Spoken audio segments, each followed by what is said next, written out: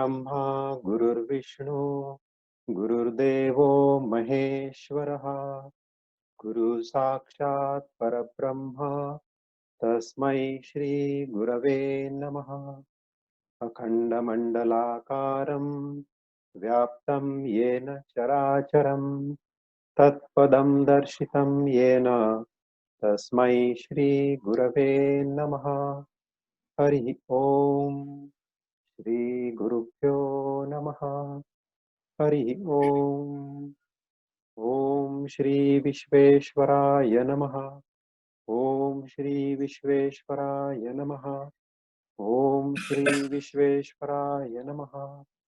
ओम श्री ऋषि प्रभाकराय नमः। ओम श्री ऋषि प्रभाकराय नमः। ओम श्री ऋषि प्रभाकराय नमः। जय गुरुदेव। सबका बहुत बहुत हार्दिक स्वागत है आज के व्याख्यान में।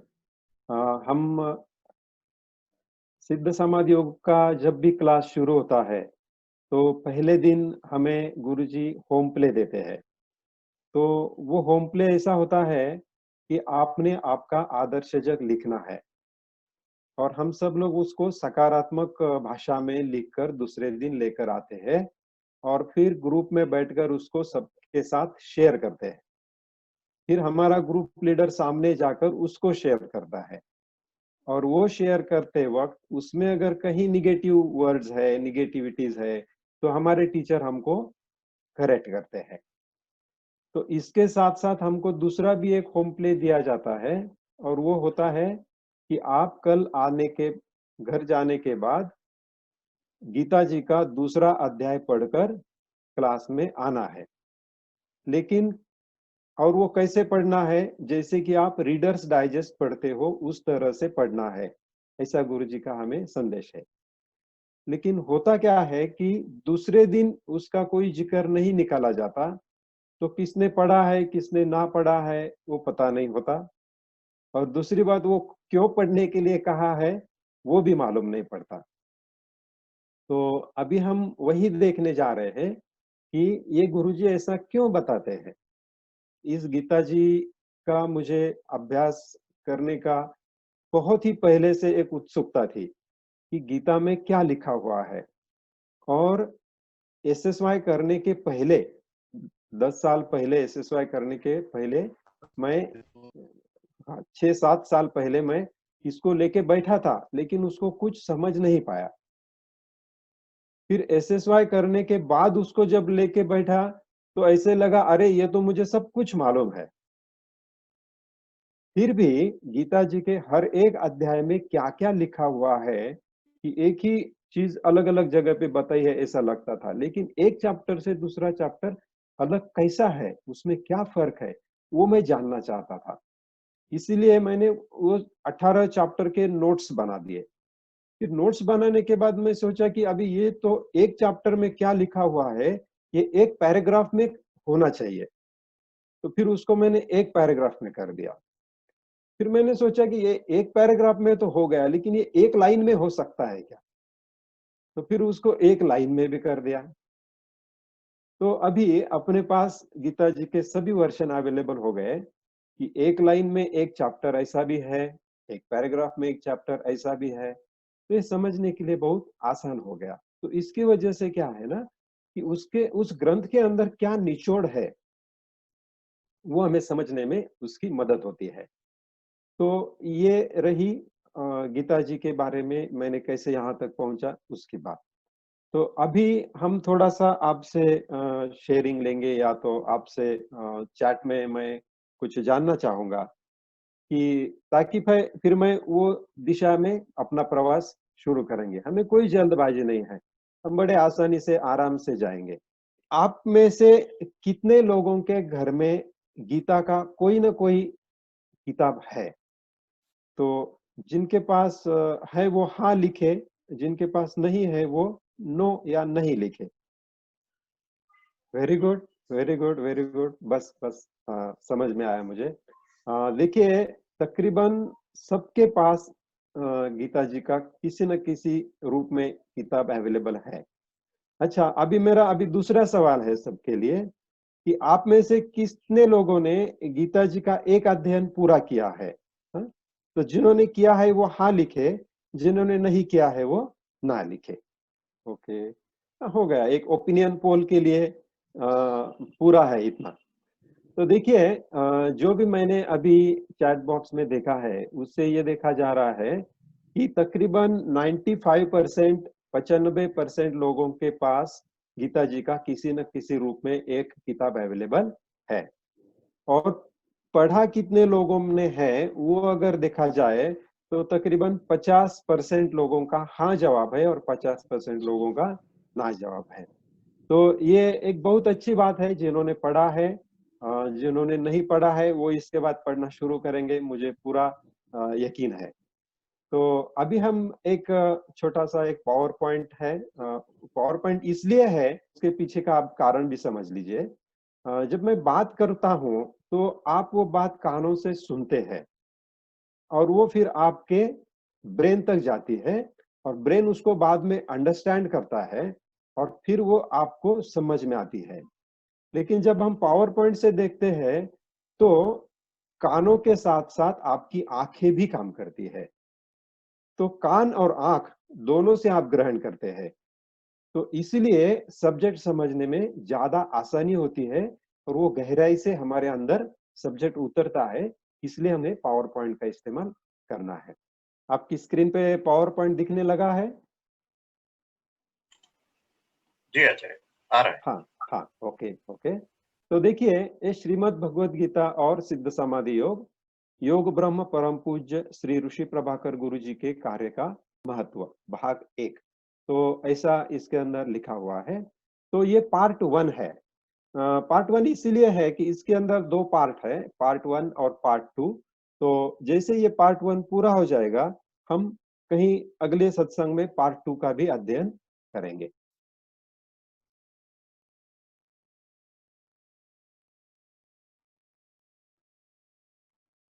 हाँ। तो सबसे पहले हमें ये देखना है कि हमारे गुरुजी को हम को कहते हैं कि हमारे गुरुजी बहुत महान है। तो ये महान क्यों है? यहाँ से हम शुरू करेंगे। क्योंकि देखिए, भगवत गीता का अध्याय जब गुरुजी ने हमको पढ़ के आने को बोला है, तो उसका रिलेशन निश्चित रूप से कहीं है। तो वो रिलेशन समझने के लिए हम एक स्टेप बाय स्टेप आगे जाएंगे कि सबसे पहले हमें लगता है कि हमारे गुरुजी बहुत महान है। लेकिन ऐसा होता है कि सबको अपनी चीज तो बड़ी अच्छी लगती है, अपना बेटा सबको अच्छा लगता है, प्यारा लगता है। उसी तरह से हम सबको हमारे गुरुजी अच्छे या महान लग सकते हैं। तो क्या वो हमारे गुरु है इसलिए महान है क्या? तो फिर इस तरह से तो सभी लोग महान ही है, उसमें कोई शक नहीं है। फिर दूसरी बात क्या है, क्या वो भारतीय है इसलिए वो गुरुजी महान है क्या? क्योंकि अगर हम दूसरे कंट्रीज में जाते हैं, जैसे कि अगर हम इंग्लैंड में जाएंगे तो हमको वहां के चर्चिल महान लगेंगे या तो वहां के टॉलस्टॉय महान लगेंगे। फ्रांस में जाएंगे तो वो उनको महान लग सकते हैं। तो क्या वो सिर्फ इस भूमि की वजह से महान है क्या? क्या वो बहुत उच्च शिक्षित है? वो उन्होंने इंजीनियरिंग किया है और एमटेक किया है, एरोप्लेन के इंजीनियरिंग किया है, इसलिए वो महान है क्या? क्या वो अमेरिका में जाकर फिर वापस लौट आए हैं? क्योंकि क्या होता है कि बहुत सारे भारतीयों के मन में जो कोई अमेरिका या विदेश जाके लौट कर आता है उसके बारे में बहुत ज्यादा सम्मान होता है। या तो किसी एक काल में तो वो होता था। तो क्या इसलिए वो महान है क्या? या तो दूसरा एक हो सकता है कि उनको बहुत सारे शिष्य है। उन्होंने इसलिए वो महान है। तो क्या ये सच है? क्या वो बहुत अच्छा सिखाते हैं, सिद्ध समाधियों क्लास में बैठने के बाद बस मति हमारी गुंग हो जाती है, जो पहले कभी सुना नहीं था वो सुनने को मिलता है, क्या इसलिए वो महान है? तो इसका सबका जवाब नहीं हो आता है, क्योंकि ये तात्कालिक कारण है और इन तात्कालिक कारणों की वजह से वो महान नहीं है। तो पिछले 5000 वर्षों में जिन्होंने गीता के ऊपर कार्य किया, उन सबसे महान व्यक्तियों के तौर पर पूज्य गुरुजी माने जाएंगे। उन सब में, मतलब 5000 सालों में जितने लोगों ने गीता जी के ऊपर काम किया है उन सब में गुरुजी महान माने जाएंगे। क्यों? क्योंकि ये जानने के लिए पहले हम समझ लेंगे ये गीता जी क्या है और भारतीय तत्वज्ञान किसे कहा जाता है। ये पहले हम समझ लेंगे, फिर हमें पता चलेगा कि गुरुजी की महानता इसके अंदर क्या है। तो भारतीय तत्वज्ञान क्या है? तो देखिए कि जब भी हम प्रेयर करते हैं या तो हमारा पूजा होता है पहले दिन का, उस वक्त एक श्लोक है, देखिए, श्रुति स्मृति पुराणानाम आलयम करुणालयम नमामि भगवत्पादम शंकरम लोक शंकरम। तो हमारी पूजा में जो श्लोक है, उस श्लोक में श्रुति और स्मृति इसको स्थान दिया गया है, इन शब्दों को। तो इन शब्दों का अर्थ क्या होता है? हम्म, तो देखिए इन शब्दों का अर्थ बहुत ही सरल है। श्रुति और स्मृति ये दो भागों में भारतीय तत्वज्ञान का विभाजन हुआ है, या तो विभाजन हमारे ऋषियों ने किया है। तो श्रुति उस चीज को कहा जाता है जो ऋषियों ने समाधि स्थिति में सुना, उसको रचित नहीं किया गया, उसको बुद्धि से किसी एक लेखक ने लिखा नहीं है, जो सुना। तो सुनाया किसने? अगर सुना है तो सुनाने वाला भी कोई चाहिए ना। तो सुनाया किसने? तो देखिए हमारे पास हमारी पूजा में दूसरा एक श्लोक है। वो श्लोक ऐसा है, नारायणं पद्मभुवं वसिष्ठं शक्तिं च तत्पुत्रपराशरं च व्यासं शुकं गौडपदं महन्तम्। तो ये जो श्लोक है, नारायणम पद्मभुवम, तो नारायण का मतलब क्या है? नारायण का मतलब है परम पिता परमेश्वर, जो सबसे ऊंचा है, उसके परे और कोई ईश्वर नहीं है। तो ब्रह्मा विष्णु महेश्वर ये सब उसके पुत्र है, या तो ये सब उसने निर्माण किए हैं, या तो उसने इसमें से किसी का एक अवतार लिया है। तो ये नारायण भगवान जो है, जिसे हम सत्यनारायण भी कहते हैं, तो उन नारायण भगवान ने पद्मभुवन, पद्मभुवन का मतलब क्या है? ब्रह्मदेव। पद्म का मतलब होता है कमल, और जिसका कमल से जन्म हुआ।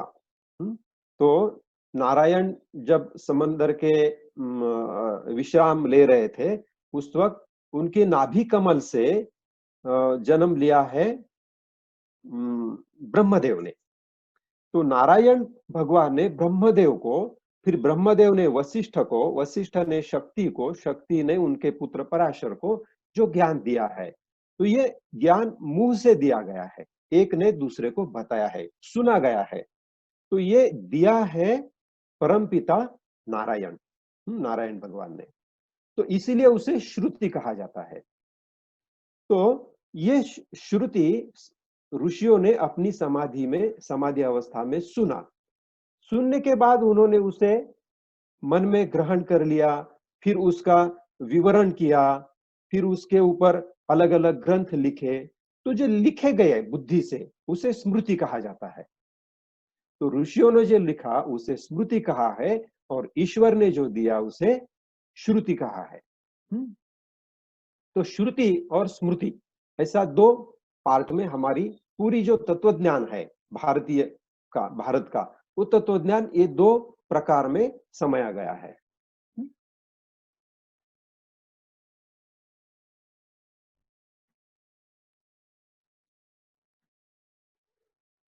तो श्रुति जो सुना है उसे वेद ग्रंथ कहा जाता है।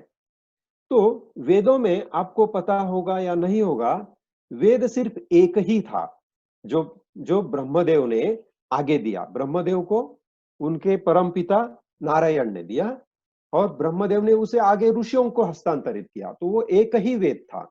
लेकिन इस एक वेद को व्यास मुनि ने चार वेदों में विभाजित कर दिया, क्योंकि ये एक वेद था और ये पढ़ने के लिए तो बड़ा मुश्किल था, और एक वेद पूरा याद रखने में भी मुश्किल होती थी ऋषियों को भी। इसीलिए उसको चार वेदों में व्यास मुनि ने उसका विभाजन कर लिया। इसलिए व्यास को वेद व्यास भी कहा जाता है। उन्हें वेद व्यास कहा जाता है इसीलिए। तो चार वेद कौन से है? ऋग्वेद, यजुर्वेद, सामवेद और अथर्ववेद। तो ये चार वेद है जो एक वेद को चार वेद में व्यास मुनि ने विभाजित कर दिया। अब ये हर एक वेद के फिर 4 उपभाग होते हैं।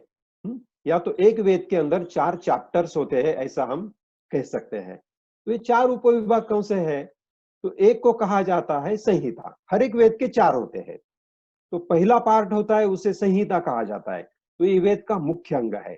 इसके अंदर वेदों के जो श्लोक होते हैं, तो उनको श्लोक नहीं कहते, उन्हें ऋचा कहा जाता है। तो ये ऋचाएं संहिता में या तो वेद का पहला भाग है, उसके अंदर आते हैं। फिर दूसरे है, उसे ब्राह्मण कहा जाता है।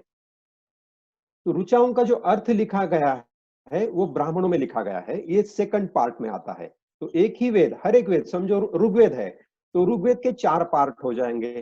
तो पहले पार्ट में ऋचा दी गई है, दूसरे पार्ट में उन ऋचाओं का विस्तारित अर्थ दिया गया है, तीसरे पार्ट में इसके पीछे क्या तत्व ज्ञान है वो तत्व ज्ञान लिखा गया है, उसे आरण्यक कहा गया है। और चौथा पार्ट है, उसे उपनिषद कहा गया है। तो ये जो वेदों में तत्व ज्ञान है वो उपनिषदों में दिया लिखा गया है।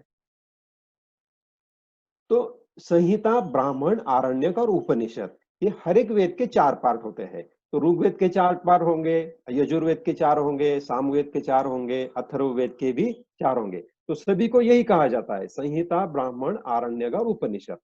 तो देखिए यहाँ पर मैंने उपनिषद का रंग थोड़ा सा अलग ये स्लाइड में किया है, क्योंकि वो हमारे लिए कुछ आगे जाके महत्व प्रदान करेगा। देखिए वेद पढ़ने के लिए, समझने के लिए बहुत मुश्किल है, लेकिन उन वेदों में जो तत्व ज्ञान है वो उपनिषदों में भरा हुआ है, और ये उपनिषद पढ़ने के लिए आसान है। अभी स्मृति ग्रंथ हम देखेंगे। अभी तक हमने देखा श्रुति, मतलब जो ईश्वर से आया वो। अभी जो बुद्धि की सहायता से रचे गए वो स्मृति ग्रंथ है। तो स्मृति ग्रंथ में क्या आता है?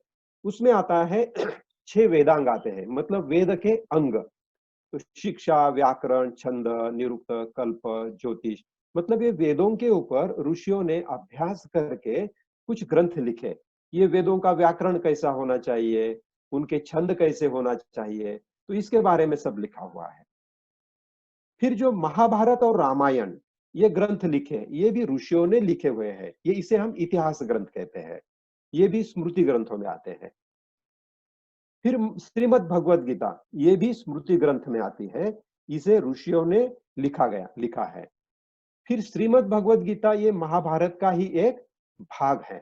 तो महाभारत जो इतिहास ग्रंथ है उसमें से भीष्म पर्व जो पर्व है, तो वो भीष्म पर्व में श्रीमद् भगवत गीता आती है। फिर ब्रह्म सूत्र है। तो ब्रह्म सूत्र के अंदर क्या है? तो वेदों के अंदर जो तत्व ज्ञान दिया गया है उसे बहुत ही सूत्र रूप में लिखा गया है, उससे ब्रह्म सूत्र कहा जाता है। फिर धर्म सूत्र है, धर्मशास्त्र है, अर्थशास्त्र है, और 18 महापुराण है। अष्टादश महापुराणेषु व्यासस्य वचनद्वयम्, ऐसा हम जो कहते हैं तो वो 18 महापुराण। तो ये सब स्मृति ग्रंथों में आते हैं। इसके अलावा भी बहुत सारे ग्रंथ हैं, लेकिन ये महत्वपूर्ण ऐसे स्मृति ग्रंथ है। तो अभी तक हमने देखा श्रुति और स्मृति। श्रुति के अंदर है वेद, और स्मृति के अंदर है ये जो आपके सामने आपको दिख रहा है वो। फिर मीमांसा का मतलब क्या होता है? मीमांसा का मतलब होता है वेदों के अर्थ का निर्णय करने के लिए भी एक शास्त्र बनाया ऋषियों ने, उसे मीमांसा कहते हैं। तो ये वेदों का अर्थ कैसे लगाना चाहिए उसका एक शास्त्र है। तो इसमें मीमांसा में 2 पार्ट होते हैं, पूर्व मीमांसा और उत्तर मीमांसा। तो पूर्व मीमांसा में क्या है? वैदिक मंत्रों का अभ्यास है, और उत्तर मीमांसा में उपनिषदों का अभ्यास है। तो ये जो उत्तर मीमांसा है उसी को ही वेदांत कहा जाता है। तो मैंने ये मीमांसा का पॉइंट आप किस लिए छेड़ा है? तो देखिए हमारे कहने में, बातों में हमेशा वेदांत नाम का उल्लेख किया जाता है। विशेष करके जब हम स्वामी विवेकानंद को सुनते हैं, विवेकानंद का अभ्यास करते हैं, तो उनके इसमें वेदांत आता है। या तो स्वामी जी ने वेदांत का अमेरिका या तो समंदर के पार भी ये वेदांत ले जाकर पहुंचाया गया। तो अगर आपको कोई आदमी व्यक्ति पूछता है कि वेदांत क्या है, तो आप कैसा कहेंगे? आपको मालूम होना चाहिए कि वेदांत किसे कहा जाता है। तो वेद, और उसके बाद हमने देखा श्रुति और स्मृति। तो श्रुति ग्रंथों में उसके बाद आती है मीमांसा, जिसे हम मीमांसा में वैदिक मंत्रों का अभ्यास किया है और उत्तर मीमांसा में उपनिषदों का अभ्यास किया है। तो उस उपनिषदों के अभ्यास को वेदांत कहा जाता है। अभी उपनिषद क्या है? तो ऋग्वेद के हर एक वेद को कुछ उपनिषद जुड़े हुए हैं। मतलब उन वेदों से इस उपनिषदों का जन्म हुआ है, ऐसा हम कह सकते हैं, या तो उसके ऊपर वो अवलंबित है। तो ऋग्वेद में से एक ही उपनिषद निकलता है, उसे ऐतरेय उपनिषद कहा गया है। सामवेद से दो उपनिषद निकलते हैं, छांदोग्य उपनिषद और केनोपनिषद। यजुर्वेद से 1, 2, 3, 4, 5 उपनिषद निकलते हैं, कठोपनिषद, तैतरीयोपनिषद, ईशोपनिषद, श्वेताश्वेतरोपनिषद और बृहदारण्यक उपनिषद। और अथर्ववेद से फिर 3 उपनिषद निकलते हैं, मांडुक्य उपनिषद, मुंडक उपनिषद और प्रश्नोपनिषद। तो देखिए, ये कुछ महत्वपूर्ण उपनिषद है। वैसे अगर आप इंटरनेट के ऊपर थोड़ा ढूंढेंगे तो 108 उपनिषद है, ऐसा भी कहीं जगह पे कहा जाता है। तो हमने देखा ये उपनिषदों के बारे में। तो अभी तक मैंने आपको क्या क्या बताया, तो वो मैंने यहाँ पर एक चार्ट फॉर्मेट में लाया है। तो देखिए, ये अगर आपके मन में पूरी तरह से बैठ गया तो फिर आपको समझ में आएगा कि भारतीय तत्वज्ञान क्या है।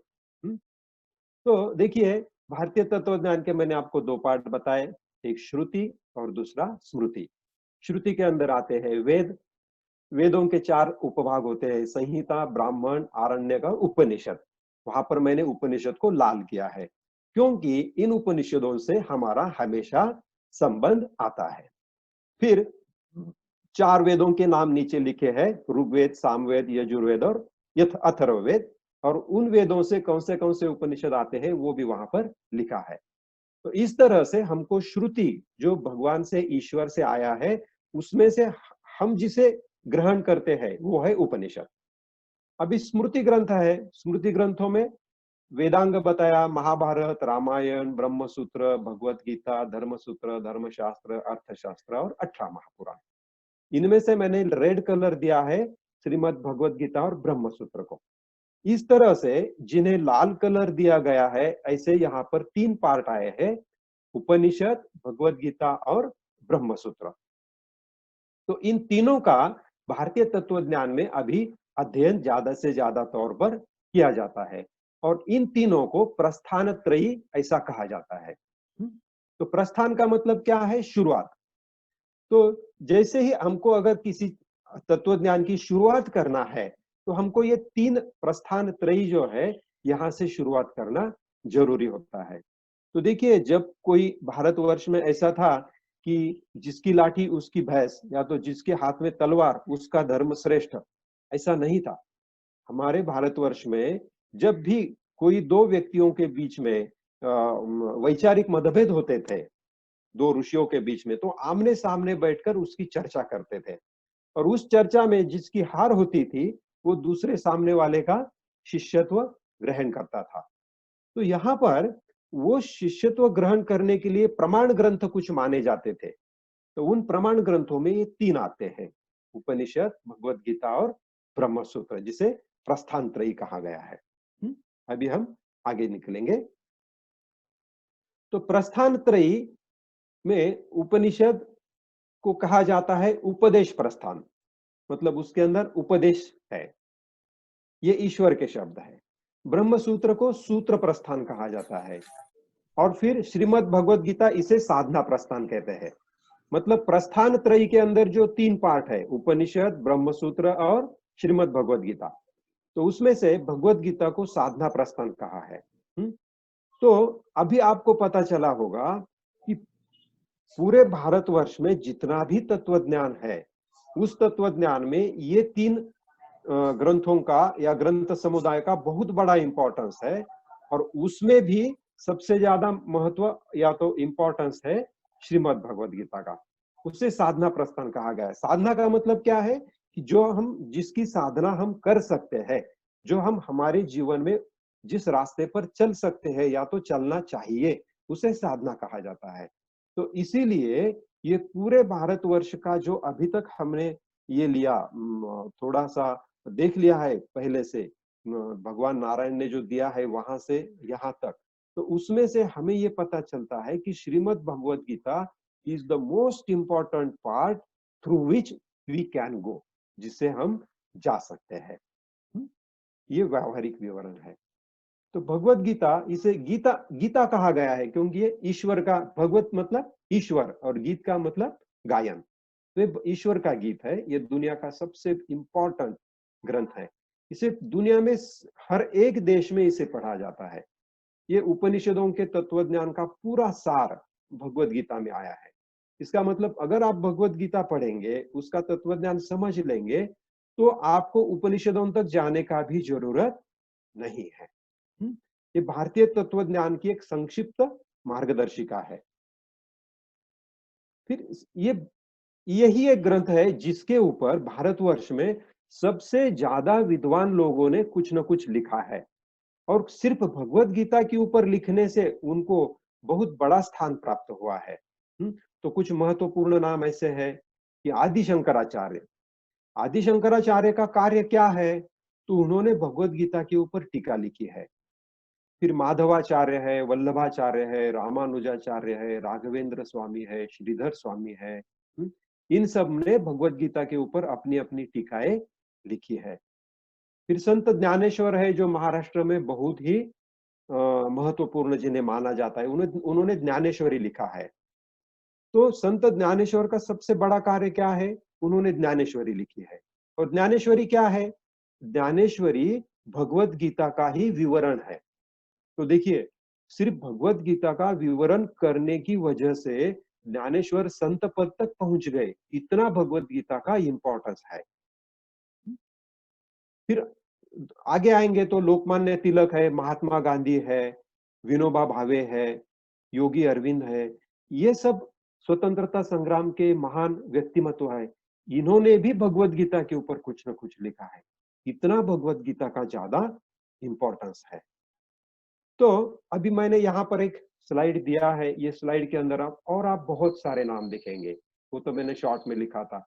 देखिए, आप 30 नाम लिखेंगे जो एंशंट लोग हैं, या तो ऋषि है, संत है। और मॉडर्न इसके अंदर आपको और भी देखने में आएंगे, और फॉरिनर्स में नीचे और कुछ नाम लिखे जाएंगे। तो तकरीबन 50 से ज्यादा इंपॉर्टेंट नाम है जिन्होंने ये चाहा कि हम गीता के ऊपर कुछ ना कुछ लिखे। तो इतना सारा ये इंपॉर्टेंस भगवत गीता का है, वो आपके मन में गहराई तक जाना चाहिए, इसलिए मैं यहां तक आपको लेके आया। तो इतना महत्व क्यों दिया गया है? क्योंकि गीता सामान्य मनुष्य के लिए एक व्यावहारिक तत्वज्ञान देती है। और योग सूत्र, अभी देखिए कि जब हम योग का अभ्यास करते हैं तो पातंजल योग सूत्र का भी अभ्यास किया जाता है। तो योग का नाम लेते ही हम पातंजल योग सूत्र का नाम उठाते हैं, लेकिन योग का अभ्यास के लिए हम गीता जी का नाम नहीं लेते। क्यों नहीं लेते? देखिए, योग सूत्र ये सामान्य मनुष्य के अनुभव के परे है। कि अगर आज तक, जब तक ऋषि प्रभाकर जी नहीं थे, आए नहीं थे इस भूमि पर, तब तक अगर योग के जो सूत्र है उसके अंदर जो हम कहते हैं यम, नियम, आसन, प्राणायाम, प्रत्याहार, ध्यान, धारणा और समाधि, अष्टांग योग, लेकिन लोग कहते थे नहीं नहीं, ये समाधि तो बड़ी मुश्किल है, ये अनुभव के परे है। तो ये योग सूत्र पातंजल के अगर ग्रंथ से हम अभ्यास करने लगेंगे तो वो बहुत ही मुश्किल है। लेकिन गीता जी के अगर आप रूट से जाएंगे तो उस समाधि तक जाना बहुत ही आसान है। इसीलिए गीता जी ये योग शास्त्र का एक बहुत ही इंपॉर्टेंट ग्रंथ है, लेकिन हमने उसे एक सिर्फ धार्मिक ग्रंथ कह के क्या कर लिया है, एक सीमित करके रखा है। नहीं, ये सिर्फ हिंदुओं का है, ये सिर्फ धार्मिक है। और जो लोग ईश्वर को मानते नहीं है वो लोग भी क्या करते हैं, गीता जी को पढ़ना टालते हैं। अरे ये तो धर्म का ग्रंथ है और हम तो धर्म के परे जाना है। अभी देखिए, यहाँ पर हमें एक प्रातिनिधिक चित्र है, मैंने दिखाया है आपको। तो ये प्रातिनिधिक है। इस चित्र में आपको क्या क्या आप देख रहे हैं? आप अभी आप खुद को अनम्यूट करके जरा बताइए, और फिर बाद में म्यूट करना, ताकि मुझे भी पता चले आप क्या देख रहे हैं इसमें। इनमें रथ है, घोड़े हैं। कृष्ण भगवान कृष्ण भगवान साथी हैं अर्जुन के। हाँ, बोलिए, और बोलिए। 5 घोड़े हैं। हाँ भगवान विष्णु अर्जुन को लीड कर रहे हैं जी। और उसका जो बैकग्राउंड जो है हाँ हाँ उसमें वो विश्वरूप दर्शन दिख रहा है। जी जी, वेरी गुड वेरी गुड। अपने 5 इंद्रियों को कंट्रोल कर रहे हैं युद्ध भूमि भगवान। में खड़े हैं। हाँ ठीक है ठीक है ठीक है, वेरी गुड। अभी हम रुकेंगे। अभी जिन लोगों ने अपने आप को अनम्यूट किया था, वो फिर से एक बार आप खुद को म्यूट करके रख दे, ताकि क्लास में डिस्टर्बेंस ना हो। देखिए, ये भी एक प्रातिनिधिक चित्र है। भगवान श्री कृष्ण ने अर्जुन को गीता जी का उपदेश किया है, और वो कहाँ किया है? रण में किया है। लेकिन अगर मैं आपको ये कहूं कि ये भगवान का चित्र नहीं है, ये तुम्हारा खुद का चित्र है। तो देखिए, ये जो रथ है, तो ये रथ का मतलब है आपका शरीर। और ये शरीर में 5 इंद्रिय होते हैं। तो ये 5 इंद्रिय है, ये सामने वाले 5 घोड़े, ये आपके 5 इंद्रिय है। और ये घोड़े और ये रथ को चलाने वाला एक रथी है, और वो रथी यहाँ पर श्री कृष्ण है। और ये घोड़ों को और श्री कृष्ण को जोड़ने वाली एक चीज है, वो कुछ डोरियां हैं जिसे लगाम कहा जाता है। और फिर ये रथ में बैठा हुआ, ये रथ का एक मालिक है, वो रथी से भी आगे मतलब ऊपर होता है। और जो अर्जुन है इस केस में तो ये अर्जुन है। तो देखिए, ये हमारे शरीर का पूरा एक प्रतिनिधित्व है। तो ये 5 जो घोड़े हैं, ये 5 घोड़े हैं हमारे 5 इंद्रिय, शब्द, स्पर्श, रूप, रस और गंध। और फिर ये जो लगाम है, तो ये लगाम है हमारा मन। और ये मन को कंट्रोल करने वाला जो रथी है, वो है हमारी बुद्धि। और ये बुद्धि को भी जो आदेश देने वाला है, या इन सबका जो मालिक है, वो पीछे है, वो है अर्जुन, जिसे हम कहते हैं मैं। तो देखिए, यह है हमारे शरीर का, या तो जो मैं है, इसका एक वास्तविक रूप। हाँ, यह है हमारा वास्तविक रूप। अभी देखिए, अगर ये लगाम नहीं होता था तो क्या होता था? ये बुद्धि ऐसे ही बैठे रहती थी। तो यहाँ पर देखिए, ये अगर लगाम नहीं होता था तो ये घोड़े कहाँ जाते थे? जहां उनका दिल करता है वहां जाते थे। तो हमारी अवस्था भी ऐसी है। ये जो 5 घोड़े हैं, और इनके और ये जो कृष्ण है, तो कृष्ण का मतलब है बुद्धि।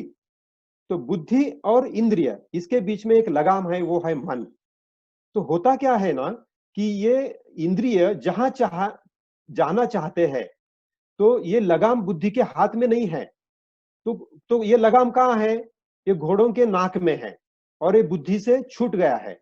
तो बुद्धि से अगर लगाम छूटता है तो क्या होता है? ये घोड़े जहां चाहते हैं वहां अपना रथ लेकर निकल जाते हैं। तो समझो, वो घास में जाना चाहते हैं, घास खाना चाहते हैं तो घास की तरफ जाएंगे, पानी पीना चाहते हैं तो पानी की तरफ जाएंगे। उसी तरह से हमारा जीवन क्या होता है? इंद्रियों से कंट्रोल होता है। तो हम जलेबी खाना चाहे तो जलेबी खाते हैं, अगर हम सिनेमा देखना चाहते हैं तो हम सिनेमा देखने जाते हैं। और हमें और भी कुछ इंद्रियों को, जिस इंद्रिय को जो चीज अच्छी लगती है, हम वहां पर भागते रहते हैं। क्यों?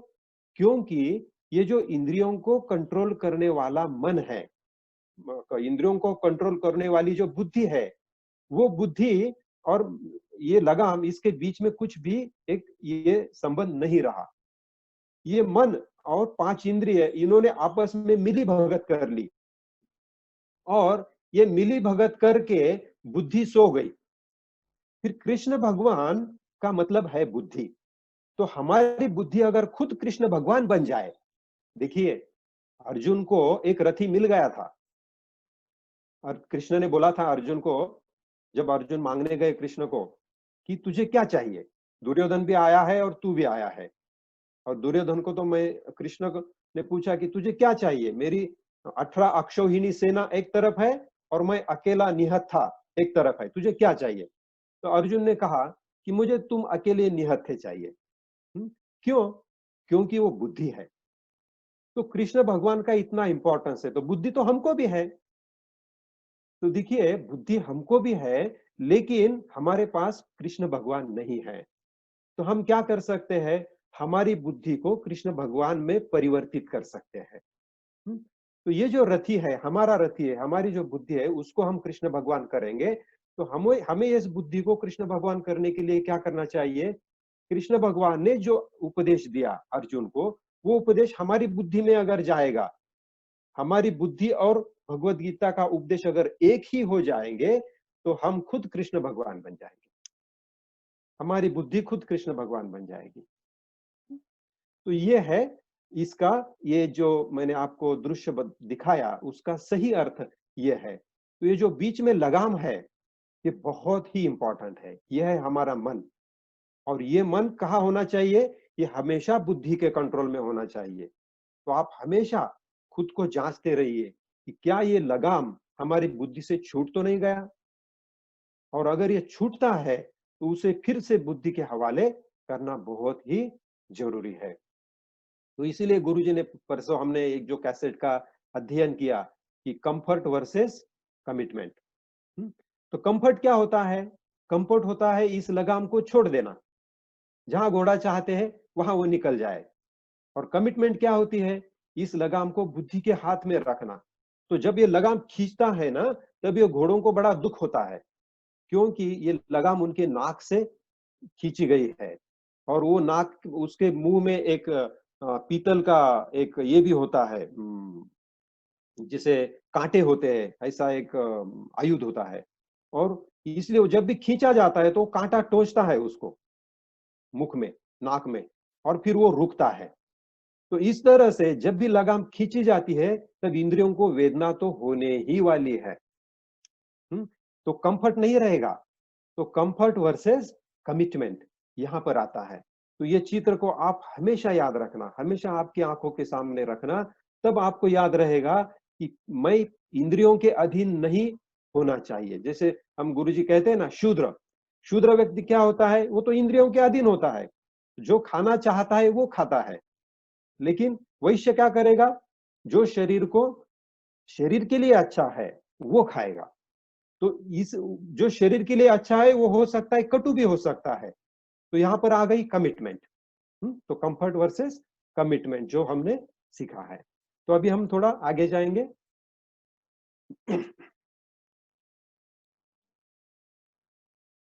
तो सिद्ध समाधि योग की दृष्टि से अभी हम गीता को देखेंगे। तो देखिए, गीता मानव जीवन परिपूर्ण करने का मार्गदर्शक है। तो अगर मैं आपको ये बताऊं कि गीता पंचकोश शुद्धि का ग्रंथ है, तो आप हंसेंगे। आप ही नहीं, दुनिया को कोई भी व्यक्ति हंसेगा। लेकिन देखिए, जब ये हमारा आज का लेक्चर पूरा हो जाएगा, आप समझ जाएंगे कि गीता दूसरा तीसरा कुछ भी नहीं है, ये पंचकोश शुद्धि का ग्रंथ है। ये पंचकोश शुद्धि क्यों, ये ग्रंथ पंचकोश शुद्धि क्यों दी है भगवान ने अर्जुन को? तो देखिए, जब अर्जुन ने बोला कि मैं युद्ध नहीं करना चाहता, मैं वन में निकल जाना चाहता हूं, तब कृष्ण ने बोला कि देखा, ये अर्जुन को क्या हुआ है कि ये गलत रास्ते पर चल रहा है। ये अपने कर्तव्य कर्म छोड़कर जंगल में जाना चाहता है। तो इसका मतलब इसके जो अर्जुन के मन का शुद्धिकरण करना चाहिए। तो अर्जुन का शुद्धिकरण, इसका मतलब क्या हुआ? सिर्फ उसको उपदेश देकर नहीं चलेगा। तो अर्जुन का निमित्त करके भगवान ने हमें पंचकोश शुद्धि के 5 मंत्र बता दिए। तो देखिए, अभी हम थोड़ा सा शेयरिंग करेंगे। आप लोग अपने आप को अनम्यूट करके बोल सकते हैं। मैं क्वेश्चन देने जा रहा हूं। देखिए, क्वेश्चन ऐसा है कि गीता के अंदर कितने योग बताए गए हैं? एक ने बताने का, जो बताया गया है ना उसको हम रिपीट नहीं करेंगे। और वो भक्ति योग, हाँ, भक्ति योग और ज्ञान योग, ज्ञान योग, कर्म योग, ज्ञान योग, सांख्य, सांख्य योग, राजयोग, सांख्य योग, राजयोग, ज्ञान योग, ज्ञान योग, मोक्ष संन्यास योग, मोक्ष संयोग, कर्म योग, अर्जुन विषाद योग, अर्जुन विषाद योग। ठीक है, वेरी गुड, वेरी गुड। अभी पुरुषोत्तम योग। हाँ, ठीक है, ठीक है। अभी अब हम यहाँ रुकेंगे। हाँ, तो देखिए, गीता के हर एक अध्याय को एक नाम दिया गया है। अर्जुन विषाद योग कहा गया है, या तो हर एक, मतलब आप जितने भी योग, जितने भी अध्याय पढ़ेंगे, 18 अध्याय को 18 नाम है। तो क्या गीता में 18 योग दिए गए हैं क्या? तो नहीं। तो गीता में सिर्फ 4 योग दिए गए हैं। कितने योग दिए हैं? 4, एज ए साधना। वो फिर चैप्टर का जो नाम दिया है वो उसे आप भूल जाओ, वो तो सिर्फ चैप्टर का नाम रखा हुआ है, वो योग नहीं है, अलग अलग योग नहीं है। तो ये 4 योग कौन से है गीता के अंदर? तो देखिए, गीता के अंदर पहला योग है 5 कोशों से संबंधित जो योग है, तो अन्नमय कोश का शुद्धिकरण करने के लिए गीता में कर्म योग दिया गया है। तो आप कहेंगे कि अरे ये अन्नमय कोश मतलब ये तो अन्न से संबंधित हो गया, आप कर्म से कैसे कैसे संबंध कर लिया? मैं आपको वो बता दूंगा। उसके बाद प्राणमय कोश, तो प्राणमय कोश के शुद्धिकरण के लिए गीता के अंदर प्राणायाम बताया गया है। सिर्फ 2 श्लोकों के अंदर प्राणायाम बताया है। तो देखिए, अभी कृष्ण भगवान को वहां युद्ध भूमि में अर्जुन को ये प्राणायाम बताने की क्या जरूरत थी? लेकिन अर्जुन का निमित्त करके उन्होंने वहां पर प्राणायाम भी बताया। क्यों? क्योंकि कृष्ण को हमें पंचकोश शुद्धि का ज्ञान देना था, इसीलिए उन्होंने प्राणायाम भी वहां पर दे दिया। फिर आगे क्या है? मन। तो मन की शुद्धि के लिए हमको पता है मनोमय कोश शुद्धि, तो उसके लिए उन्होंने वहां पर ध्यान योग दिया। ध्यान से मन की शुद्धि होती है, हम सबको वो पता ही है। फिर बुद्धि, बुद्धि से संबंधित कौन सा कोश है? विज्ञानमय कोश। और विज्ञानमय कोश शुद्धि के लिए भगवान ने वहां पर सांख्य योग दिया। सांख्य योग में क्या दिया है? तो मैं कौन हूं इसका तत्वज्ञान जो भी दिया है वो सांख्य योग में है। और उसके बाद आनंदमय कोश, जिसे हम आत्मन कहते हैं। मैं ज्यादा करके आत्मा नहीं कहता, आत्मन कहता हूं, क्योंकि आत्मा बोले तो हमको क्या है ना कि कोई एक चीज या वस्तु के रूप में हम उसे देखने लगते हैं। तो वो कोई चीज या वस्तु नहीं है, जिसे हम जैसे कहते हैं मेरा शरीर, मेरे प्राण, मेरा मन और मेरी बुद्धि। तो ये 4 जो है ना, इनका जो मालिक है वो आत्मन होता है। आत्मन का मतलब मैं। तो इसका ये मैं का शुद्धिकरण करने के लिए भक्ति योग दिया है। ये सिर्फ 4 ही योग दिए हैं गीता में, कर्म योग, ध्यान योग, सांख्य योग और भक्ति योग। फिर आप बोलेंगे ज्ञान योग कौन सा है और बुद्धि योग क्या है? उसका भी उल्लेख आता है गीता में। और ज्ञान योग और बुद्धि योग ये तो किसी चैप्टर के नाम नहीं है। गीता में जो अलग अलग चैप्टर के नाम दिए हैं उसके अंदर तो ये चैप्टर का नाम नहीं है 18 अध्याय में। तो ये ज्ञान योग और बुद्धि योग ये सांख्य योग के ही उपनाम है, ये आप समझ लेना। देखिए, ये जो एक सेंटेंस में मैंने आपको बताया ना, इसका शोध करने के लिए मुझे खुद को भगवत गीता 3 से 4 बार पढ़ना पड़ा। ये गड़बड़ ही मुझे समझ में नहीं आती थी कि ये बुद्धि योग क्या है, ये ज्ञान योग क्या है, ये सांख्य योग क्या है। कभी ये बोलते हैं, कभी वो बोलते हैं, सब गड़बड़। तो ये गड़बड़ सुधारने के लिए मुझे वो 3 से 4 बार उसको पढ़ना पड़ा। तो लेकिन अभी मैं आपको इस सूत्र रूप में दे रहा हूं कि सांख्य योग, ज्ञान योग और बुद्धि योग एक ही है, एक ही इसके ये उपनाम है। तो अभी हमारे मन से सब घोटाला निकल गया और हमने एक इसे क्या कर लिया, सूत्र में आ गए हम कि गीता में 5 चीजों के बारे में ज्ञान दिया है, कर्मयोग, प्राणायाम, ध्यान योग, सांख्य योग और भक्ति योग। तो देखिए, हम आगे जाएंगे तो हम इसी क्रम में आगे नहीं जाएंगे। गीता जिस क्रम में आगे गई है उस क्रम में हम आगे जाएंगे। तो देखिए, सांख्य योग अध्याय 2 श्लोक 11 से 30 तक सांख्य योग बताया गया है।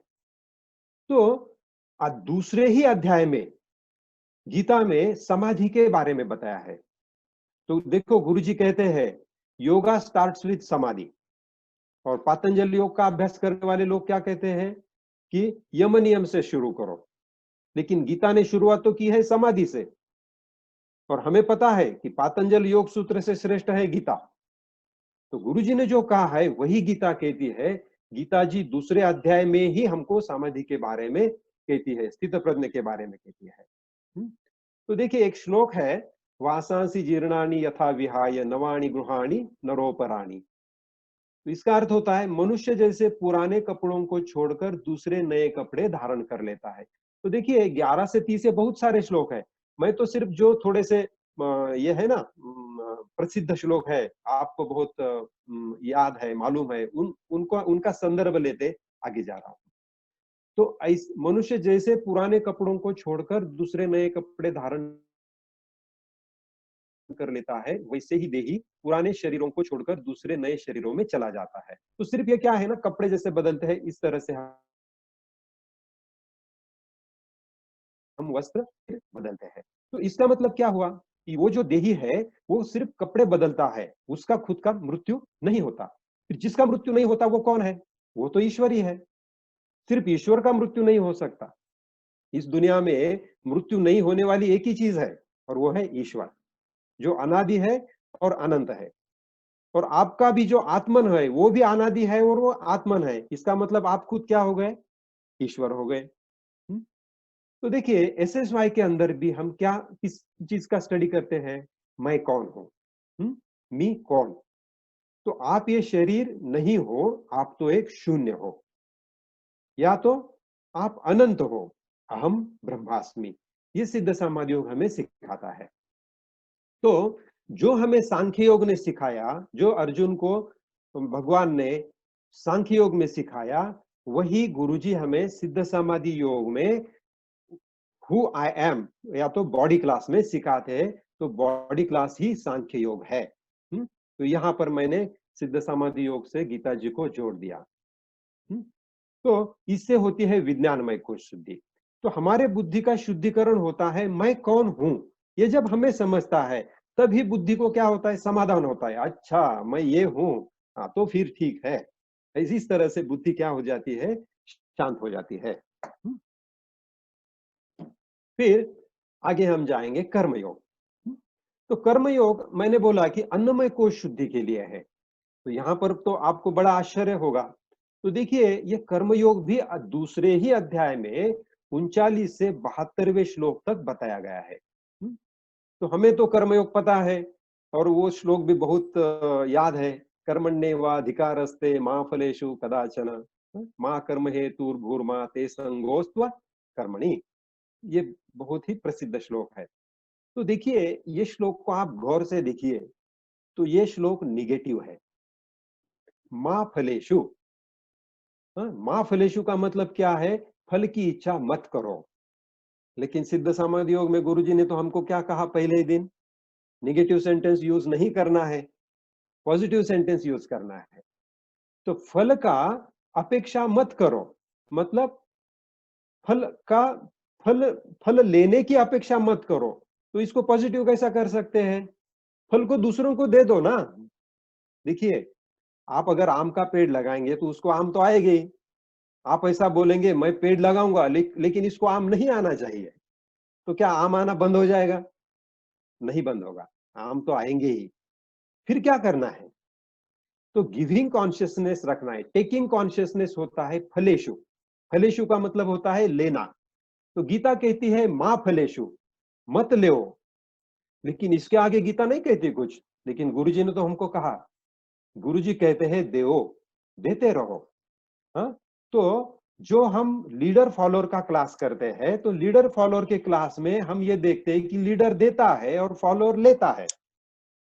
लीडर देने के भाव से काम करता है और फॉलोअर लेने के भाव से काम करता है। तो देखिए यही कर्मयोग है। तो गुरुजी ने हमारे लिए कितना आसान किया। फिर गीता जी ने निगेटिव सेंटेंस क्यों बताया? तो देखिए ऐसा होता है, जो चीजें कुछ गुप्त रूप में रखना है वो थोड़ा मुश्किल करके रखा जाता है या तो दिया जाता है, ताकि वो लोगों को समझने के लिए गुरु के पास जाना पड़े। तो हमें भी गुरु के पास जाना पड़ा। तो हम गए ऋषि प्रभाकर जी के पास और ऋषि प्रभाकर जी ने हमको समझाया कि मा फलेशु का मतलब होता है देने के भाव से कार्य करना। फिर देखिए आगे मैंने लिखा है यहाँ पर SSY का रिलेशन जोड़ दिया कि हर एक काम स्वार्थ भावना से करने का संस्कार पेशियों से निकलना है। देखिए, अभी हमको कितने सालों से, सदियों से हमारे ऊपर ये संस्कार हुआ है कि अरे किसी को देना नहीं, ये चॉकलेट है ना, ये तू ही खाना। मम्मी बोलती है ये देखो ये डब्बा ऑफिस में लेके जाना, घर स्कूल में लेके जाना, लेकिन तेरा डब्बा तू ही खाना, दोस्तों को नहीं देना। दूसरों को डब्बे में से कुछ नहीं लेना। तो हमारे ऊपर बचपन से ही ऐसा संस्कार होता है कि बस स्वार्थ से काम करो। और फिर पूरा हम सृष्टि देखते हैं और हमारे दुनिया में बाहर जाके देखते हैं, सब लोग क्या करते हैं, स्वार्थ भावना से काम करते हैं। तो ये संस्कार हमारी पेशी पेशी में जा गया है। और शास्त्रज्ञों ने भी क्या बोला है कि अगर एक पेशी बाहर निकाली जाए और उसका मल्टीप्लिकेशन किया जाए तो पूरा व्यक्ति हम बना सकते हैं। मतलब एक व्यक्ति का जो भी पूरा ये है ना, क्या बोलेंगे, डायग्राम, वो एक पेशी में लिखा गया है। स्ट्रक्चर। तो ये स्ट्रक्चर अगर हमको बदलना है तो हमको हर पेशी से ये संस्कार निकालना है। तो इसलिए गुरुजी ने हमको क्या बोला है कि अगर आप श्वास ले रहे हैं और दे रहे हैं तो श्वास लेना भी आप लीडर के जैसा ले सकते हैं। श्वास मुझे इसलिए लेना है कि ये शरीर को जिंदा रखना है, और ये शरीर इसलिए जिंदा रखना है ताकि ये सृष्टि के लिए, समाज के लिए काम आए, देने के भाव से काम करे। मतलब हर एक श्वास का लेना भी हमें देने के भाव से या तो कर्मयोग से करना है। इस वजह से क्या होगा, हर क्षण में हमको हमारी पेशियों से ये संस्कार को पोंछ डालना है। और आप नींद से भी उठे तो आप देने के भाव से काम करना शुरू करें। तो ये हर एक पेशी के ऊपर का संस्कार पोंछना के लिए हमको कर्मयोग करना जरूरी है। उठते बैठते, श्वास लेते हुए छोड़ते हुए हमको कर्मयोग ध्यान में रखना है। इससे हमारा शरीर शुद्धिकरण होता है, हमारा पेशियों का शुद्धिकरण होता है, और यही सही अन्नमय कोश की शुद्धि होती है। इसके साथ साथ फिर क्या खाए और क्या ना खाए, इसके बारे में भी गीता जी हमें बताती है 17वें अध्याय में 7वें से 10वें श्लोक तक। देखिए, दूसरे अध्याय में बताया कर्मयोग के बारे में, और 17वें अध्याय में आखिरी में बताया आहार के बारे में। अब लड़ाई के मैदान में आहार के बारे में बताने की क्या जरूरत थी कृष्ण भगवान को, लेकिन उनको हमें पंचकोश शुद्धि देना ही देना था। इसीलिए उन्होंने सात्विक आहार, राजसिक आहार और तामसिक आहार, इस तरह से आहार के 3 प्रकार बताए। तो राजसिक आहार वो होता है जो तीखा है, जिसमें मसाले है, वो होता है राजसिक आहार। जो तला हुआ है, जिसे हम गुरुजी क्या कहते हैं, निगेटिव आहार कहते हैं। तामसिक आहार तो बहुत ही बुरा है, वो हम छोड़ देंगे, उसके बारे में चर्चा करने की भी जरूरत नहीं है। और सात्विक आहार क्या होता है, सात्विक आहार बताया है गीता में, जो स्वभावतः मन को प्रिय है, उसे सात्विक आहार कहा गया है। अभी स्वभावतः का मतलब कैसा निकालना, ये एक दुविधा हो सकती है। देखिए, स्वभावतः का मतलब होता है जो मेरा मन चाहे, लेकिन हमने देखा कि मन को तो लगाम होना जरूरी है। तो स्वभावतः का मतलब होता है कि जो नेचुरल है, निसर्गतः जो हमें प्रिय है। जैसे कि आप कोई बगीचे में चले जाए और वहां पर बगीचे में फल लगे हैं, पपीता है और अंगूर है, सेब है, और आप जाते ही आपका मन क्या करता है, आपको बहुत भूख लगी है, आपका मन क्या करता है, ऐसे ही उसको तोड़कर ले और खा जाए। तो ये स्वभावतः आपके मन को प्रिय है, उसको कोई ट्रीटमेंट देने का जरूरत नहीं है। तो गीता जी कहते हैं स्वभावतः मन को जो प्रिय है वही आपका आहार है। अब उसके बारे में मुझे आपको ज्यादा कहने का जरूरत नहीं है। तो देखिए, अन्नमय कोश की शुद्धि के लिए कर्मयोग, आहार, योगासन, एक्सरसाइज, ये बहुत कुछ जरूरी है। अब हम इसके आगे जाएंगे। ध्यान योग। तो छठे अध्याय में अभी देखो, अभी तक हमने 2 योग देख लिए, कर्म योग और सांख्य योग। तो दूसरे अध्याय में ये बहुत ही इंपॉर्टेंट हमें ज्ञान मिला है। फिर छठे अध्याय में ध्यान योग के बारे में बताया गया है, जिससे मनोमय कोश का शुद्धिकरण होता है। हम मेडिटेशन क्यों करते हैं, मन का शुद्धिकरण के लिए। तो उसके लिए 11 से 32वें तक श्लोक तक बताया गया है। तो उसमें से एक श्लोक मैं सिर्फ पढ़ता हूं। यतो यतो निश्चरति मनश्चलम स्थिरम ततस्ततो नियम्यैत दात्मन्येव वशम नयेत। तो यह अस्थिर और चंचल मन जहां जहां विचरण करता है वहां वहां से हटाकर इसको एक परमात्मा में ही लगाना चाहिए, या तो लगाए, ये बताया है गीता में। अभी सिद्ध समाधि योग क्या बताता है हम देखेंगे। तो देखिए, ब्रह्मोपदेश के दिन हम मेडिटेशन सीखते हैं। तो मेडिटेशन में हमें एक सूचना दी गई है कि जब हम विचारों के पीछे जाते हैं तो मंत्र को याद करते हुए फिर से अकर्म की स्थिति में आना है, कुछ नहीं करने की स्थिति में आना है। तो जब हम विचार, बहुत पावरफुल विचार आते हैं और हमको लेकर वो कहीं जाते हैं और आप खुद को भूल ही जाते हैं कि अरे मैं तो मेडिटेशन को बैठा हूं, फिर आप क्या करते हो, मंत्र को याद करते हो और आपका मेडिटेशन फिर से आगे चालू रखते हो। तो भगवान ने भी यही बताया है कि चंचल मन है, वो जहां जहां विचरण करता है, कहीं भी भागता है, आप मेडिटेशन को बैठेंगे तो नहीं नहीं वो दुनिया के विचार आपके मन में आएंगे। तो उनको क्या करना है, फिर से परमात्मा में लगाना है। तो परमात्मा का मतलब क्या है? तो परमात्मा का मतलब बहुत ही गहरा है। कृष्ण भगवान ने परमात्मा का, या तो उन्होंने ऐसा भी कहा है, देखो आखिरी अध्याय में, मामेकम शरणम व्रज, मुझे शरण आ जा। तो मैं कौन हूं? तो कृष्ण को बोला अर्जुन ने कि कृष्ण आपका मुझे सही दर्शन दे दो। तो कृष्ण ने उनको विश्वरूप दर्शन दिया। तो मैं या तो परमात्मा, इसका मतलब गीता कहती है ये ब्रह्मांड, ये पूरा विश्व, इसका मतलब है परमात्मा। तो ये पूरा ब्रह्मांड क्या है?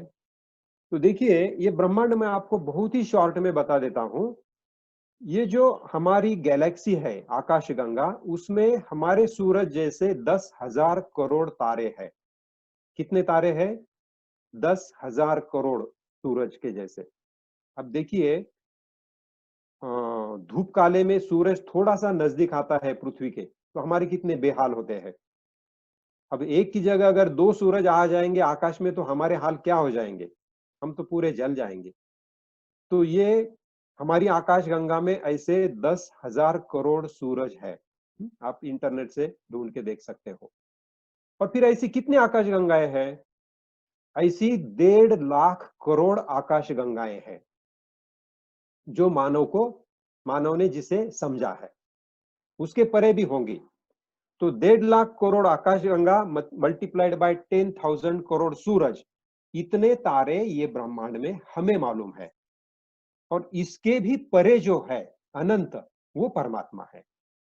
और उस परमात्मा में आपका मन लगाना है। इसका मतलब क्या? आपने अनंत में, इंफिनिटी में चले जाना है, या तो इंफिनिटी का ही दूसरा रूप होता है शून्य, तो आपने शून्य में चला जाना है। तो वो हम समाधि अभ्यास में या तो समाधि मेडिटेशन में करते हैं। आगे फिर वहां पर हमने समाधि अभ्यास सीख लिया और कृष्ण भगवान ने ध्यान योग दे दिया अर्जुन को। अभी भक्ति योग। तो ये 12वें अध्याय में 1 से 20 श्लोक तक भक्ति योग बताया गया है, जो आनंदमय कोश शुद्धि के लिए बहुत ही जरूरी है। तो इसमें से भी हम एक श्लोक को पढ़ेंगे। मय्येव मन आधस्त्व मयि बुद्धि निवेशय निवसिष्यसि मय्येय अत ऊर्ध्वम न संशयः। इसका अर्थ क्या होता है? तू मेरे में अब मन को लगा और मेरे में ही बुद्धि को लगा, इसके बाद तू मेरे में ही निवास करेगा, इसमें संशय नहीं है। ये कंफर्मेशन दिया है। देखो, अभी एएमसी में या तो रिट्रीट में हम क्या करते हैं, तो मेरे में मन को लगा और मेरे में बुद्धि को लगा, इसका मतलब तू मेरे में ही निवास करेगा, मैं और तू एक ही हो जाएगा। तो 4 दिन के एएमसी में हम क्या करते हैं, हम आंख खुली रखकर हर एक व्यक्ति में ईश्वर का अनुभव करते हैं, हर एक वृक्ष में ईश्वर का अनुभव करते हैं, हर एक पत्थर में अनुभव करते हैं। देखिए, हम एएमसी में बाहर चलने के लिए जाते हैं तो हम पैर भी उठाकर इतना आसानी से रखते हैं कि नीचे जो ईश्वर रूपी पत्थर है या तो पत्थर रूपी ईश्वर है, उसको कहीं ठेस ना पहुंचे, उसको कोई मेरे से दुख ना पहुंचे। इसीलिए हम बड़ी सावधानता से चलते हैं। तो भक्ति योग का मतलब क्या है? ईश्वर के साथ एक होना। तो देखिए, भक्त और विभक्त ये दो शब्द है। तो विभक्त का तो मतलब हम सबको मालूम है, विभक्त का मतलब दो। तो विभक्त के उल्टा क्या है? भक्त। दो सी जगह पे एक। विभक्त का मतलब है दो, भक्त का मतलब है एक। तो एक होना है, किससे एक होना है? ईश्वर से एक होना है। तो वही भक्ति योग हो गया। तो भक्ति योग का मतलब ये नहीं है कि आप जाए और मंदिर में जाए और रोज एक फूल चढ़ाए, रोज कुछ न कुछ आरती करे। वो आपका मन में जो प्रेम है वो व्यक्त करने का एक माध्यम हो सकता है। लेकिन गीता में ही भगवान क्या बोलते हैं कि आपको, मेरा भक्त मुझे जो फूल भी देता है तो वो फूल भी मैं खा जाता हूं। देखिए, ईश्वर क्या कहते हैं? वो फूल को भी मैं खा जाता हूं। वो ऐसा नहीं बोलते कि मैं फूल को ग्रहण करता हूं, अपने पास लेता हूं। वो फूल को खाना चाहते हैं। तो देखिए, भक्त और ईश्वर का मतलब एक ही हो जाना। वो दिया हुआ फूल भी अलग नहीं रखना चाहते, वो खुद के साथ खुद में समा लेना चाहते हैं। तो ये रहा भक्ति योग। अभी प्राणमय कोश की शुद्धि में, अभी हमने 4 कोश तो देख लिए, अन्नमय, प्राणमय छोड़ा, मनोमय, विज्ञानमय और आनंदमय। 4 कोशों के शुद्धिकरण के लिए गीता में क्या दिए हैं? 4 योग दिए हैं। लेकिन प्राणमय कोश शुद्धि के लिए जिसे हम प्राणायाम कहते हैं, उसके लिए गीता में 2 श्लोक लिखे हुए हैं। इसको मैं अभी नहीं पढ़ूंगा, लेकिन उसका अर्थ है नीचे। 2 ही श्लोक है, चौथे अध्याय में 29 और 30। अपान में प्राण का पूरक करके, प्राण में अपान की गति रोककर, फिर प्राण में अपान का हवन करके, और प्राणों में प्राणों का हवन किया करते हैं। तो ये तो बहुत ही गड़बड़ वाला श्लोक लगेगा, इसका अर्थ बड़ा मुश्किल लगेगा समझने के लिए। लेकिन जिसे हम महत् प्राणायाम कहते हैं, या तो कनिष्ठ, मध्यमा, ज्येष्ठ, और उसके बाद जो महत् करते हैं, तो उसमें हम क्या करते हैं? प्राणों में प्राणों का हवन करते हैं, प्राण और अपान की गति रोकते हैं। हम जब त्रिबंध करते हैं, त्रिबंध करके हम क्या करते हैं? हमारे प्राण अंदर ही अंदर रोक लेते हैं। तो ये सब उसके अंदर होता है। ये किस तरह से होता है, क्या होता है, इसके पीछे बड़ा साइंस ही होगा, जिसके अंदर मैं खुद भी इतना डीप में नहीं जा सका। लेकिन हम इतना ही देखेंगे कि भगवत गीता के अंदर प्राणमय कोश शुद्धि भी दी है। तो एसएसवाई ने गीता बहुत आसान की है। देखिए, कुछ लोग ऐसा कहते हैं कि गीता में 4 जो योग दिए हैं, कर्म योग, सांख्य योग, भक्ति योग और ध्यान योग। तो ये 4 योग इसलिए दिए हैं कि जिसको जो अच्छा लगे उसका वो ग्रहण करे। ध्यान योग योगियों के लिए है, और हम सांसारिक लोगों के लिए तो बस सिर्फ भक्ति योग ही है, ऐसा लोग कहते हैं। लेकिन ऐसा नहीं है। देखिए, अगर कार चलानी है तो कार चलाने के लिए क्या करना पड़ता है? 4 पहियों के ऊपर उसको चलाना पड़ता है। तो अगर 3 पहियों के ऊपर रिक्शा चलती है, लेकिन वो इतनी स्पीड में नहीं चलती जितनी स्पीड में कार चलती है। और फिर कार में एक स्टेपनी भी होती है पीछे, वो 5वां पहिया हो गया। तो उसी तरह से अगर हमको हमारा जीवन चलाना है तो हमारी गाड़ी को ये 4 पहिए बहुत ही इंपॉर्टेंट है। तो ये 4 पहिए कौन से हैं? ये 4 पहिए है सांख्य योग और कर्म योग, ये रहे अगले 2 पहिए। और पिछले 2 पहिए है ध्यान योग और भक्ति योग। तो ये चारों पहिए हमारे जीवन में जरूरी है। 3 पहिए के ऊपर गाड़ी चलने वाली नहीं है। और 5वां पहिया भी दिया है जो डिक्की में रखा हुआ है, जिसे क्या कहा गया है? प्राणायाम। तो इस तरह से ये 5 पहियों से हमारी गाड़ी चलती है। तो देखिए, ये सिद्ध समाधि योग ने गीता को बहुत आसान किया है। कर्मयोग का मतलब क्या है? हर एक काम देने के भाव से करो। फिर ध्यान योग का मतलब क्या है? दिन में 3 बार समाधि अभ्यास करो, वो हो गया ध्यान योग। फिर सांख्य योग क्या है? मैं कौन हूं ये हमेशा बुद्धि को समझाते रहिए, तो इसे ही सत्संग कहा गया है। अभी हम क्या कर रहे हैं? हम सत्संग कर रहे हैं। तो हमें हमेशा सत्संग में ही रहना है। सत्संग का मतलब क्या है? सत का संग। तो सत का मतलब, सत क्या है? ये विश्व के जो नियम है वो सत्य है, जो हम सिद्ध समाधि योग में देखते हैं। हर रोज हम एक नियम का अभ्यास करते हैं, तो वो है सत्य। उस सत्य का संग करना।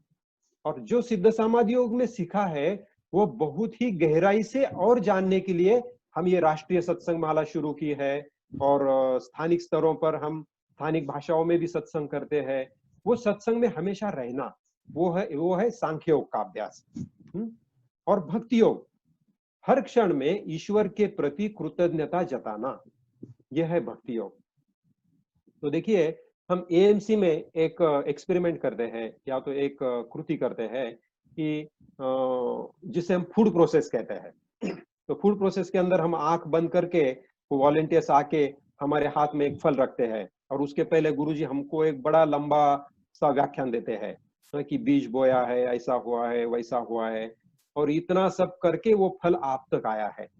तो देखिए, वो फल आप तक आने में वो ये पंच महाभूत, वो व्यापारी और वो काल जितना, वो वृक्ष, इन सब का कंट्रीब्यूशन है।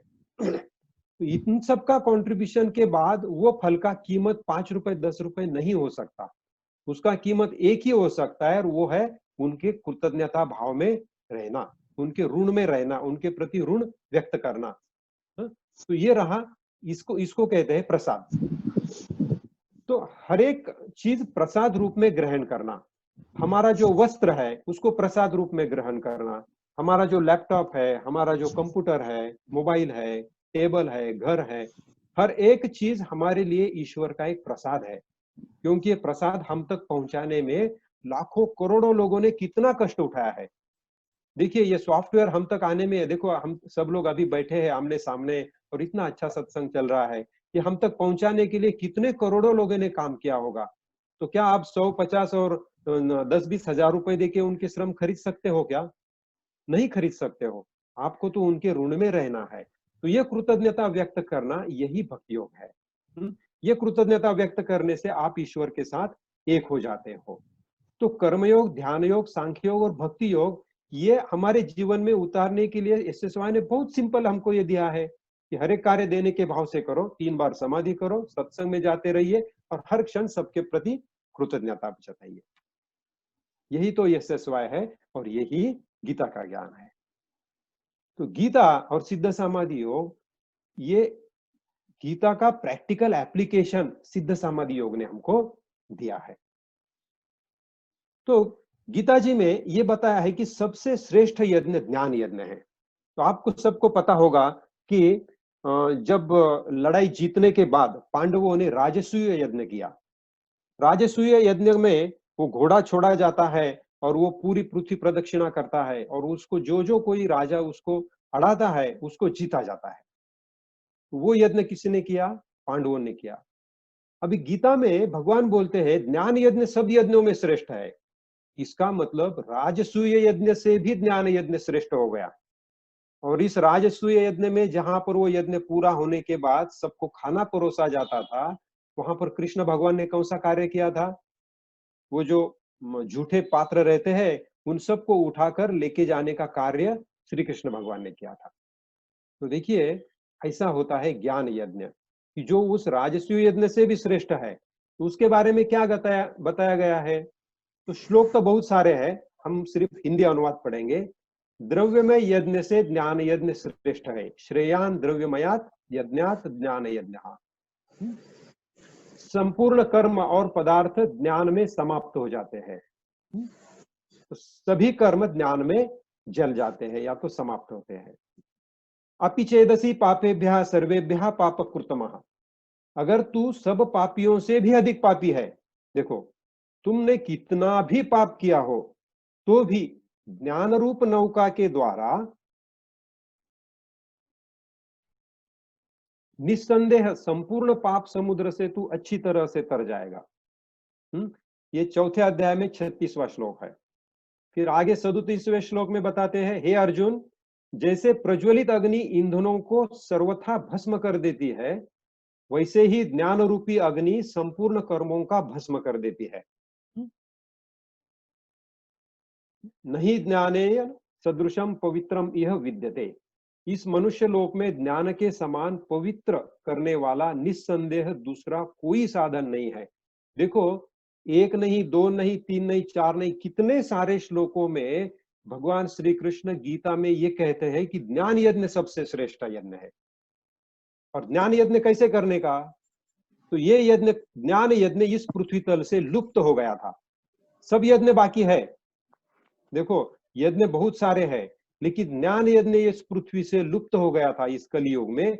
और वो ज्ञान यज्ञ को फिर से इस पृथ्वी तल पर लाने का कार्य किया है ऋषि प्रभाकर जी ने। SSY इस ज्ञान यज्ञ का एक अति शुद्ध आविष्कार है। सबसे शुद्ध आविष्कार सिद्ध समाधि योग से और शुद्ध ज्ञान देने का तरीका हो ही नहीं सकता, क्योंकि यहां पर हर एक व्यक्ति क्या करती है, गीता जी का नाम नहीं लेते हुए भी हम उसका अनुभव करते हैं। तो हम फिर एक बार वही सवाल पर आएंगे कि गीता जी क्यों श्रेष्ठ, हमारे गुरु जी क्यों महान है? क्या वो विदेश से आए हैं इसलिए महान है? क्या वो कंप्यूटर इंजीनियर है इसलिए महान है? तो नहीं। गीता जी को आसान भाषा में समझाने का प्रयास पिछले 5000 सालों में कईयों ने किया। 50 नाम तो मैंने ही आपको दिखा दिए। शंकराचार्य से लेके विवेकानंद तक, महात्मा गांधी तक, सबने ये प्रयत्न किया, लेकिन गुरु जी ने गीता जी को हमारे जीवन में डायरेक्ट उतार दिया। गीता जी का नाम भी नहीं लिया उन्होंने कहीं पर, सिर्फ हमको दूसरे दिन बोला कि आप ये अध्याय पढ़ के आओ, उसके बाद उसके तरफ देखो भी मत। लेकिन हमको एक जैसा डॉक्टर इंजेक्शन ठूस देता है पेशेंट के शरीर में, पेशेंट को कुछ नहीं करना पड़ता, गोली तो भी कम से कम खानी पड़ती है, उसके बाद पानी पीना पड़ता है, लेकिन इंजेक्शन का कैसा होता है? तो डॉक्टर आते हैं और इंजेक्शन दबाते हैं। उसी तरह से गुरु जी ने ये पूरा ज्ञान हमारे मन में, बुद्धि में उतार दिया। इसलिए गुरु जी महान है। और ये कार्य गीता जी सिर्फ समझाने से कई ज्यादा ऊंचाई का है। समझाने का प्रयास तो कई लोगों ने किया, लेकिन हमारे मन में, बुद्धि में उतारने का कार्य किसी ने किया? वो तो सिर्फ 5000 सालों में सिर्फ गुरु जी ने किया है। यह कार्य उनके बाद भी चलता रहे, इसके लिए उन्होंने श्रेष्ठ गुरु परंपरा का भी निर्माण किया है। देखिए, उन्होंने खुद तो ज्ञान दिया, लेकिन उन्होंने कितने सारे गुरु बना दिए, और उन गुरुओं को भी बता दिया कि आप गुरु तो है समाज को दिखाने के लिए, लेकिन मन ही मन आप भी क्या हो, एक विद्यार्थी ही बन के रहना है। तो पिछले 5000 सालों में ये सिर्फ गुरुजी ही कर सके हैं, इसलिए गुरुजी महान है। और हम सब इस सदियों में घटने वाली जो एक घटना होती है, उस घटना के हम सब साक्षीदार रहे हैं। हमने गुरुजी को देखा है।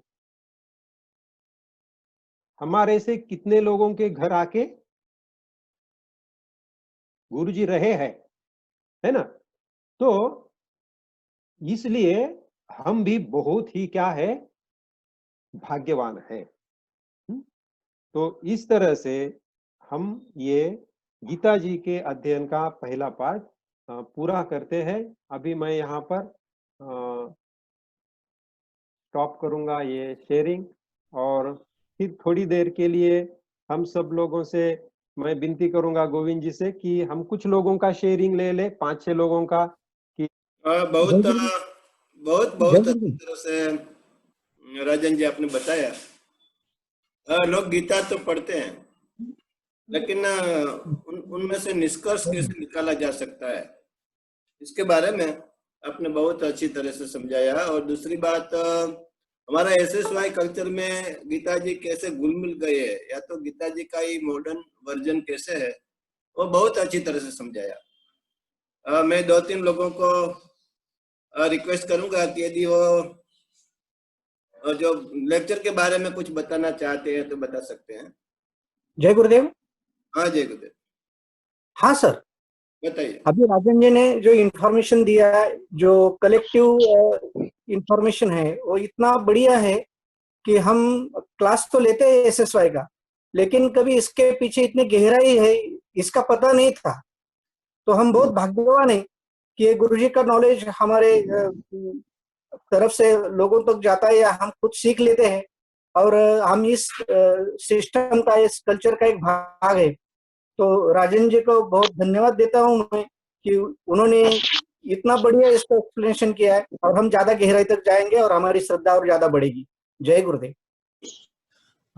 गीता तो मैंने अनगिनत बार पढ़ी है, मगर आज पहली बार एसएसवाई गीता सुनने को मिली। जिस खूबसूरती के साथ आपने उसको एसएसवाई से जोड़ा और समझाया वो अकल्पनीय है और बहुत आनंद आया। धन्यवाद। चंद्रकांत बोल रहा हूँ कुर्रोड़ी से। सर, ये जो आज आपने बताया है ना, जो किसी ने नया यो साधना चालू की है या करने का मन में ठा लिया है, अगर आपका लेक्चर आज सुनेंगे ना तो उनके लिए ये अमृत जैसा होगा कि कितना महत्वपूर्ण है ये सब करना, साधना में रहना। गीता इन प्रैक्टिस, जीवन में भगवत गीता को अपने जीवन का एक कैसे हिस्सा बनाया जाए, जो गुरुजी ने हमको दिया है उसका सिस्टमेटिकली स्टेप बाय स्टेप और लॉजिकली जो आज राजन जी ने एक्सप्लेनेशन दिया है, वेरी मच अमेज्ड। बहुत मजा आया, बहुत मजा आया कि हमारे पास सब कुछ है। भगवत गीता का निचोड़ जो हम सीख रहे हैं और सिखा रहे हैं, तो इतना बड़ा चैलेंजिंग काम जो बहुत मुश्किल है, मगर गुरुजी ने हमको सरल बना के दे दिया है, उसके लिए हम बहुत खुश है। Once again thank you Rajan ji so much. जय गुरुदेव। और राजन जी को तहे दिल से मैं उनका शुक्रगुजार तो हूँ। और केतन जी को मैं रिक्वेस्ट करूंगा कि समापन करिए, राजन जी का आभार व्यक्त करिए और प्रार्थना करके हम डिस्पर्स हो सकते हैं।